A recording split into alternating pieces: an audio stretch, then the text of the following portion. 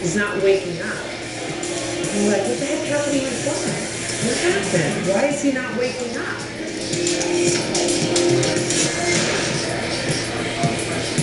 Thanks for joining us. I'm Joey Chen. For any of us who has had to parent a parent, it is the most difficult challenge, making sure the care they receive is safe. The fear that they will live out the final days of their lives in a drug stupor, underscored by warnings that powerful drugs many nursing homes use on their elderly patients are dangerous and even be deadly. Now, a full decade after nursing homes were first warned not to use strong antipsychotics, 1 in 5 patients in skilled care still get them. In an exclusive investigation, America Tonight's Sheila McVicker found the results can be catastrophic. Here's Dad right after surgery. Patrice Gilgan captured this moment with her father, Jerry Gilgan, following surgery for a malignant brain tumor. From the hospital, the retired New York City firefighter went by ambulance to an assisted living facility south of Los Angeles. How you feeling? Oh, all right. Just a little bad. Jerry Gilgan also suffered from dementia and accompanying bouts of confusion. But on his first day at this facility, his family says, he was alert and lucid. Daddy? Dad? Just 1 day later, Patrice Gilgan found a very different man. He's not waking up. We're like, what the heck happened to my father? What happened? Why is he not waking up? Jerry Gilgan's wife, Marie, was shocked by the sudden change. We took him into this home thinking that would be the best place for him because his brother was there. A day or two, it was another person. It was like he was a vegetable. There was nothing to him, and he just was staring in space, drugged out On medications like Haldol and Seroquel, antipsychotic drugs approved for patients with schizophrenia and bipolar disorder, not approved for patients with dementia. The Federal Drug Administration has placed its strongest warning, a black box warning, telling physicians not to prescribe antipsychotic drugs to patients with dementia because they can cause heart failure, infections, and death. They were giving my dad all this stuff. Like, why? What was their goal? To kill him? America Tonight filed a Freedom of Information request asking the FDA for reports of adverse reactions to antipsychotics. The reports are often incomplete, and they don't prove cause and effect. But there were dozens of cases of elderly patients with dementia who died after receiving antipsychotics. Next day notes from nurse. Haldol says 3 times, morphine 1 time. Jerry Gilgan's prescription for Haldol was simply as needed, as often as every 6 hours, written by a doctor who never saw him. Did you ask them what drugs he was being given? They would name off these drugs. We had no idea what they were. We had no idea. Despite the FDA's most serious warning, the Government Accountability Office found 1 in 3 nursing home residents with dementia receives antipsychotics. They're given to the patient for the benefit of the facility, to control them. Carol Herman is the founder of the Foundation Aiding the Elderly in Sacramento, California. She started the nonprofit 32 years ago when a beloved aunt died after receiving Haldol. The patient can't walk anymore, can't talk anymore, and so there's less caring because the patient basically is incapacitated. They're zonked out all the time, so you don't have to be bothered with them. 5 days after he arrived at the assisted living facility, Gilgan fell getting out of bed. A greater risk of falling is one of the side effects of antipsychotics. He was transported back to Mission Hospital, the same place he'd had his brain surgery. We're glad you're back. We're glad you're awake. 2.5 weeks after he arrived in the hospital, Jerry Gilgan opened his eyes for the first time. He wasn't the same. State investigators later determined Gilgan had been over-medicated. It took away everything from my father. It took away his rights. It took away his dignity. They robbed us, you know. And they robbed him. Yeah. All nursing home residents have a right to be involved in their plan of care. and to be free from the unnecessary use of medications. Thomas Hamilton oversees nursing homes and assisted living facilities for Medicare.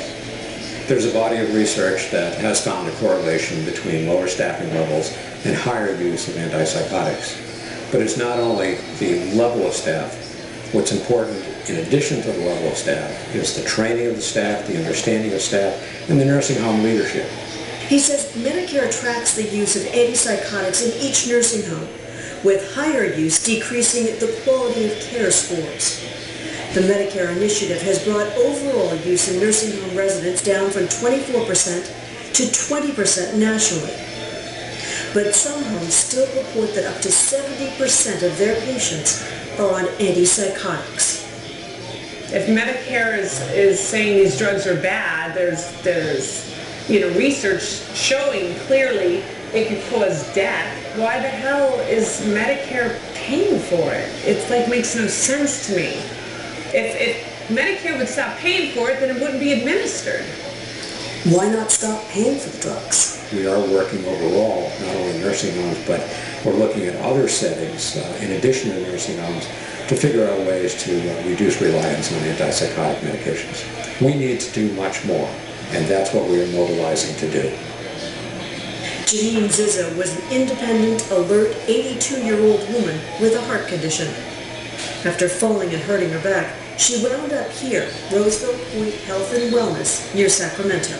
I went there specifically to tell them, if that was their policy, to use antipsychotic drugs on an elderly person, then that would not be the facility for us. So even before your mother went into that nursing home, you told them no antipsychotics. That is correct. And they said, oh, we would never do that. They said that's not our policy. That's not our policy. We would never do that.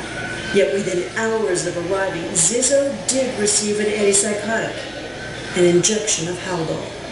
The next morning when I went to the nursing facility, one of the staff came to me and said, oh, we need to talk. There was an incident last night. And the hair on the back of my neck went up, and I said, oh, I hope you're not going to say what I think you're going to say. The mother was psychotic, combative. She was assaulting the staff, punching and kicking and scratching and hitting the staff. And we had no choice but to give your mother Haldol. And when she said that to me, it knocked the wind out. The administrator at Roseville Point wouldn't talk to us, but medical records from the facility consistently show Zizzo could not even get out of bed without the assistance of at least two people. We started noticing major cognitive issues. And then it just started going downhill pretty rapidly after that. Janine Zizzo died 17 days after she arrived at Roseville Point.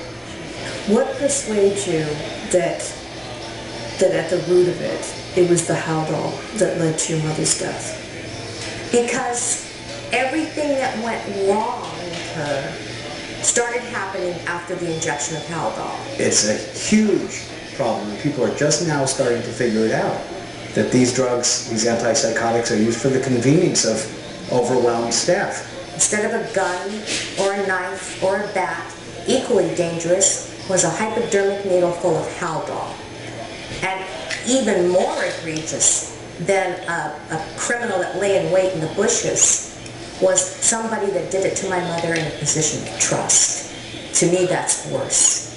Jerry Gilgan, too, received antipsychotics after becoming combative. So this video from the assisted living facility shows him lying calmly with his head on his pillow as he tells a caregiver he does not want the medication. My mom received a phone call from the home stating that, they like to use this word combative. Advocate Carol Herman says it's an all too common scenario.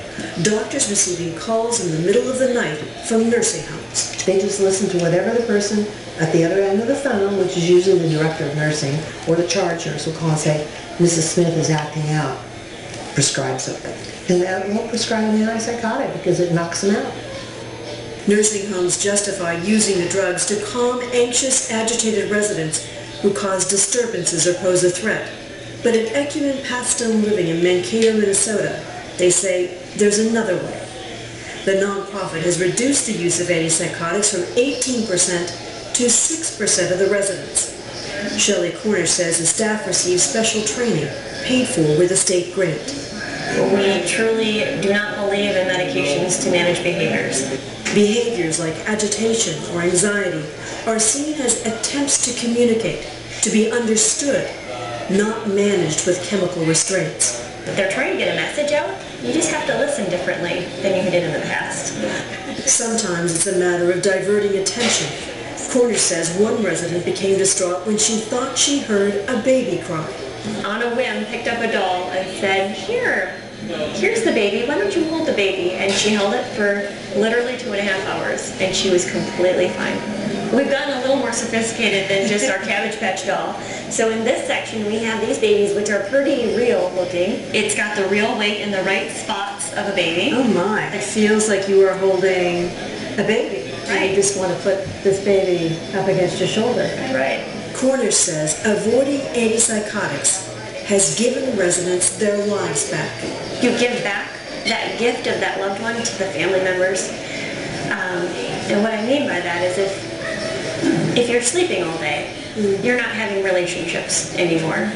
The blue one? Mary Lynn Deven's father moved here from another facility where he'd been given antipsychotics. Do you feel like you have a little bit more of your dad back? Some days. Some days. When he was on any of the meds, especially the Haldol, I don't know who he was. That wasn't him.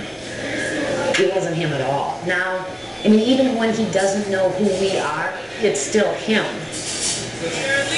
Before he died, Jerry Gilden went to a nursing home that didn't use antipsychotics, and his family saw glimpses of his old self. I remember one night I got a phone call about 10 o'clock. I said, oh, something happened. And the nurse said, oh, Jerry's here with me in the office. He wanted to call you. And he sounded like the old Jerry. Jerry, I said, how you doing? He says, good. I said, how you doing? He said, I'm hanging out here with the nurse. I said, oh, good for you. I said, I'll see you tomorrow. He said, okay, good night. And that was it. America Tonight, Sheila McVicker here with us. Sheila, you know that for me personally, this is a very difficult story because my own father was in exactly this situation. And I just sympathize with the families. I mean, what a difficult thing to decide what is best to do for your own relative. It's very common in these situations that when someone new goes into a nursing home, they come from a hospital, and almost always in the hospital they have been put on antipsychotic drugs. That includes patients with dementia. Now, in the nursing home, they are supposed to work to reduce the dose. They're supposed to work to try to get that patient off those drugs, which can be so harmful to them. Very often that doesn't happen. And you mentioned in your report that you asked, in fact, a Medicare question, why do you continue to pay for it? I mean, is there some other way to keep nursing homes from using these kinds of drugs indiscriminately in ways that they weren't intended to, in doses they weren't intended to? Well, these drugs, we should be clear, do have a real purpose, and they are for use with people who have psychotic disturbances like schizophrenia, hallucinations, bipolar disorder. They are dangerous for people with dementia, and it is basically a question of culture. If you have a loved one who is in a nursing home where the director of nursing thinks that this is the most efficient way to calm a patient, you're basically using a chemical kosh, then you will have a higher rate of use. That will be part of the culture. Staff will question it. If, on the other hand, you have a nursing facility where staff actively work to try to find out what is causing agitation, if they work to try to find out what is causing that agitation, then the rate of antipsychotic use will decrease. America Tonight's Sheila McVicker, thank you. We follow up with another